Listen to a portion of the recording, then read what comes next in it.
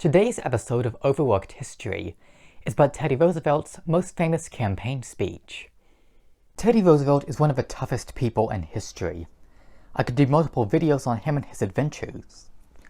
Roosevelt was a Republican, and during his presidency, his vice president was William Howard Taft.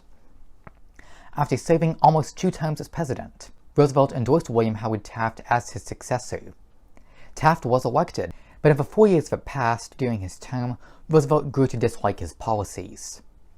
In preparation for the 1912 election, Roosevelt created his own political party to run against Taft, called the Progressive Party. It was often referred to as the Bull Moose Party.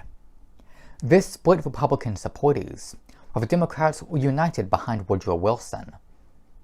If Roosevelt wanted to persuade Republicans to vote him into office, he had to campaign like never before.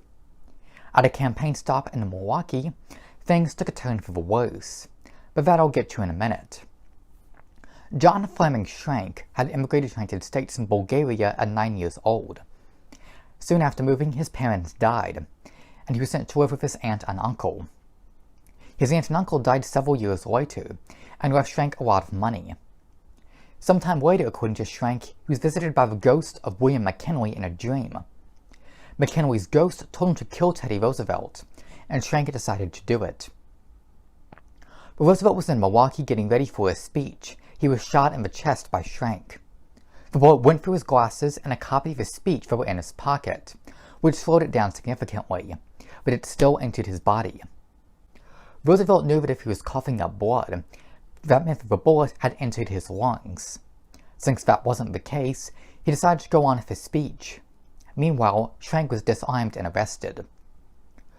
Roosevelt began his speech by saying, "Friends, I shall ask you to be as quiet as possible.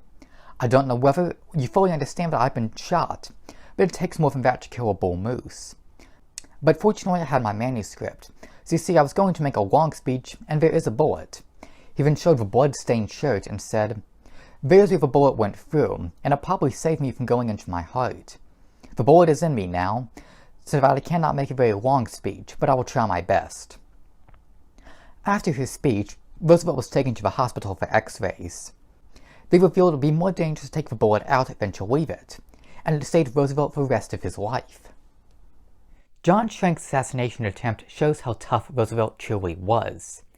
The glasses case and copy of his speech that saved him are currently preserved at the Teddy Roosevelt birthplace in New York City. Thank you.